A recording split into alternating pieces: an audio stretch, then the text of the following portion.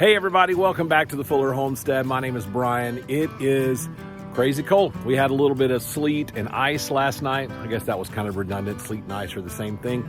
And so it is really crunchy around here and really cold. I think it's in the 20s, feels like it's in the teens.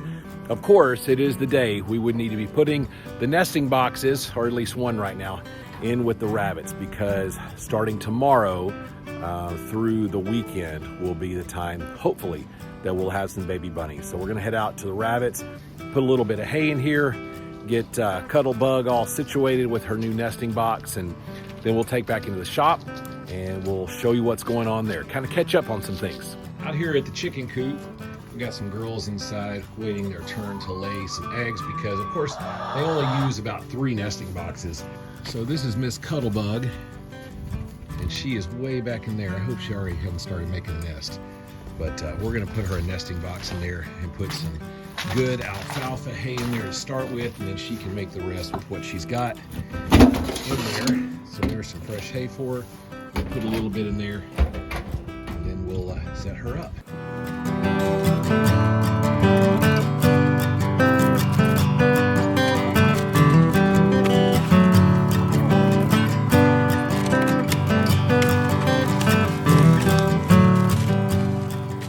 Put the box in there. She's kind of checking it out a little bit. I don't fill it up with hay. I'm going to put a little extra so that she can make her own nest. It's kind of part of the process that she needs to do. And then hopefully in the next day or so, we'll see her start to pull a little bit of her fur out, and she'll put it in there to make the rest of her nest. But I'm not going to make it all for her. So I'm going to grab a little more fresh hay, put in there so she'll have some more to work with. I don't know if you can hear it or not, but the sleet has started already. So we are prepared for more ice throughout the afternoon and evening, which will make it a little more challenging to do things outside, especially with the bunnies. But we've got plenty to do here. If you watched the previous video on the goals for 2023, you knew that one of mine was to become somewhat proficient at welding.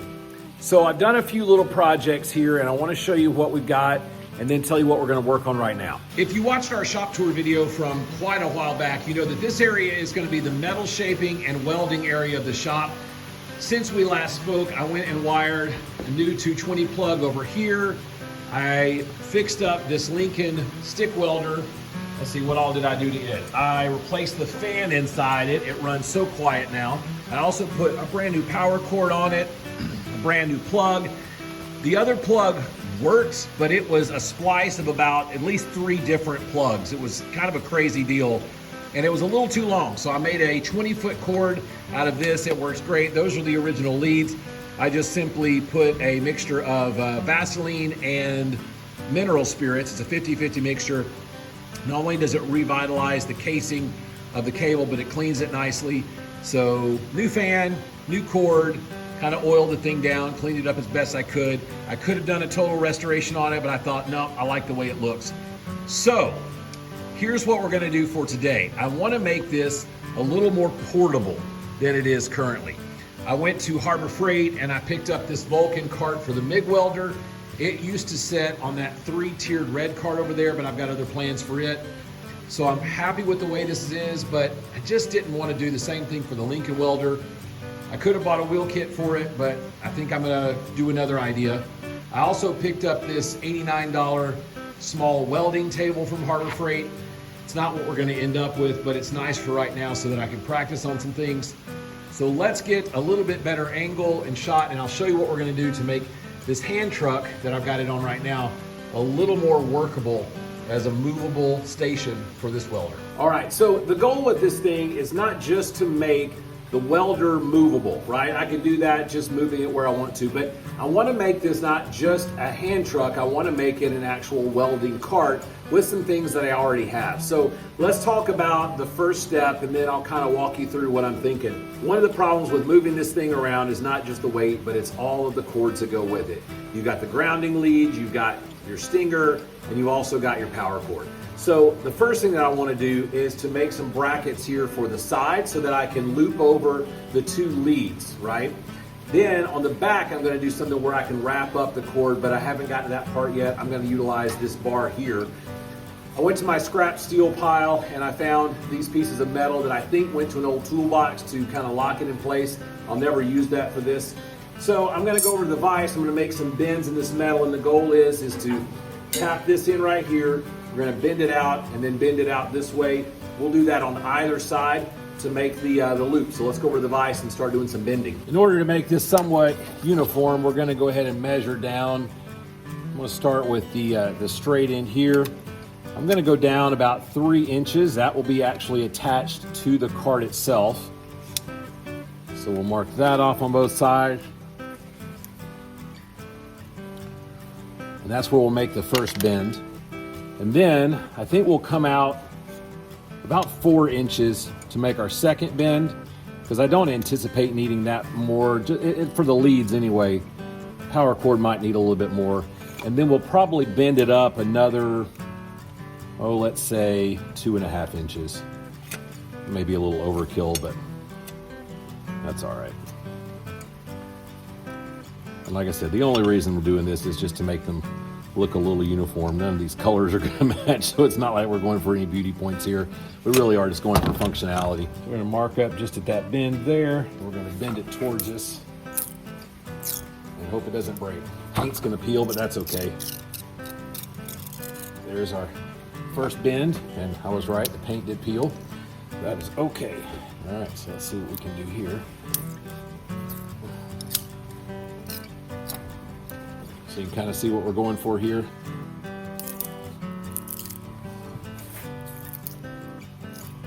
Get that as straight as I can that way.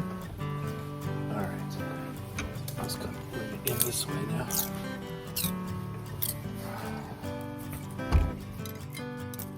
I'd say that is pretty darn close to even. All right, so let's see how far out they go.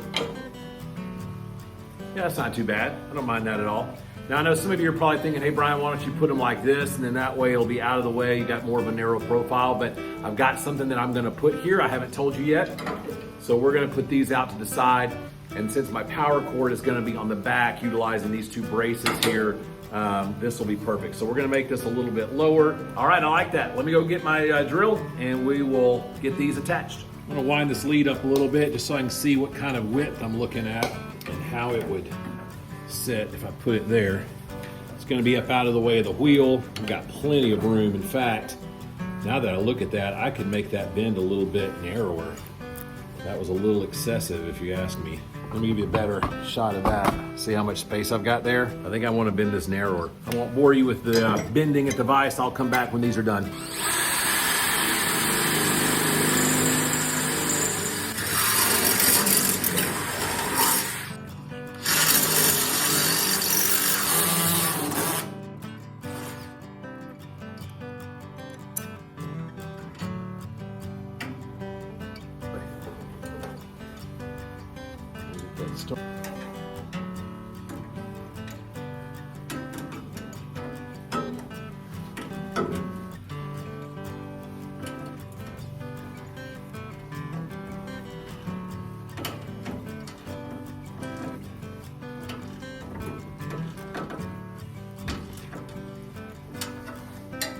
See how this looks.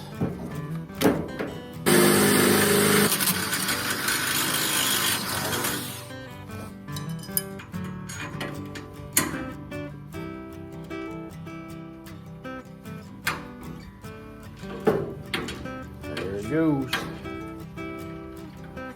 Let that sit there. The next thing we're going to do is very similar to what we did over here. We're just simply going to have a thicker gauge cord and a lot more of it. 20 feet of that as opposed to probably 6 feet, 8 feet right here. So I've got this little strapping tie, this metal strap, and I'm going to go ahead and put, same principle, will come out right here. Down here, we'll go down and then we'll wrap the cord like this, similar to the way you would on the back of a vacuum cleaner. That'll keep that out of the way, and we'll give ourselves a little more room since we've got to go around it several times. I'll bend this up and then we'll put it on. Off camera, I went ahead and finished the back here. For the first one, I cut it off with an angle grinder, and then I went over to the belt sander and smoothed out the edges here so that it wouldn't be sharp. This one's a little bit shorter, but I didn't even end up needing that, so it'll be fine. But it is secured with 1 bolt and a lock washer, and it is very, very solid. We're moving on in the process. I wanted to utilize this space up here knowing that there are some things that I'll want to take along with the welder and not have to worry about having a separate cart. So what are the things we might want to take with a stick welder? Well, how about the sticks? How about the electrodes? So I started looking about, building a box. Do I have a metal box around here? And I didn't have a metal box, but I did have this plastic toolbox that I'm not using. In fact, it was left by the previous owner. So I said, well, we could mount this right here and it'd be perfect, right? Or I could even rest it on top of the welder. Not ideal. So what if we elevated it and put it here? Well, I can't just put it up against the cart because you wouldn't be able to open it. So in essence, I've got to pull it out from the cart a little bit.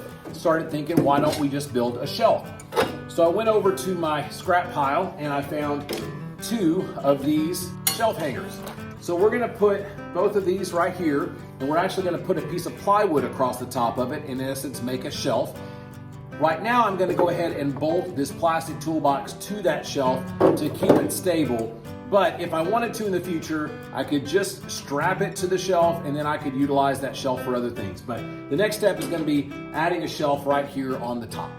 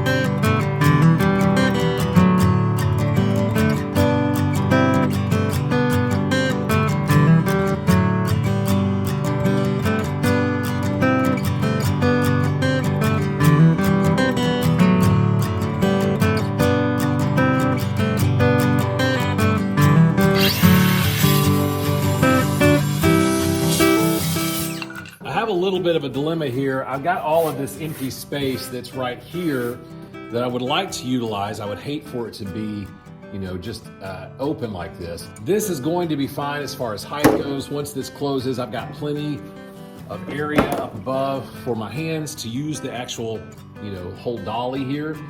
My problem is if I lower this, if I were to cut it and lower the shelf, even if I cut it the exact length of the toolbox, it's going to cover up probably, I don't know, 1.5 to 2 inches over that hook. I could still slide it down in there, but it just wouldn't be as easy as looping them over. I think I've come up with a solution. When I'm ready to, make this mobile, I'll put in the angle grinder, I'll put in some pliers. In fact, I might go ahead and find some extra pliers I can just dedicate to this cart. And then once that's loaded, I put that on here and then I strap it in and we're good to go. I might need a bigger bungee cord, but I think that's what I'm gonna do. And here we are, our completed Lincoln Tombstone Welder cart. Let's go ahead and start at the back and we'll review exactly what we did. We now have a place to do the power cords and the 2 leads on the very back. Thought those all turned out real nice.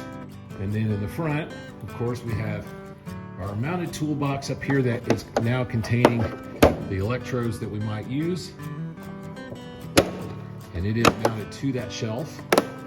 And then underneath here is our tool bag.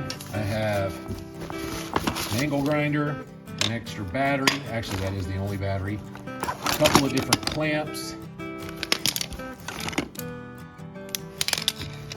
A couple of magnets. Wire brush.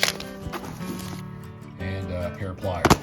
Take my bungee, slip it back around, and we are good to go and ready to roll. Thanks so much for coming along as we completed this project of our new Lincoln Arc Welder cart. If this kind of content interests you, be sure to leave us a comment below to let us know that. This project was not only a lot of fun, but it's also very practical as I try to save space here in the shop and also make this transportable and therefore more versatile. If this is your first time with us, thanks so much for stopping in. We would love it if you would subscribe to our channel and follow us as we enter this homesteading lifestyle. If you think this video warrants it, please consider giving us a thumbs up as well. And as always, if you have any comments or suggestions for future videos, leave those in that section below and we'll get to them as soon as we can. Thanks so much for stopping in. Hope you guys are staying warm. We'll talk to you soon. Bye.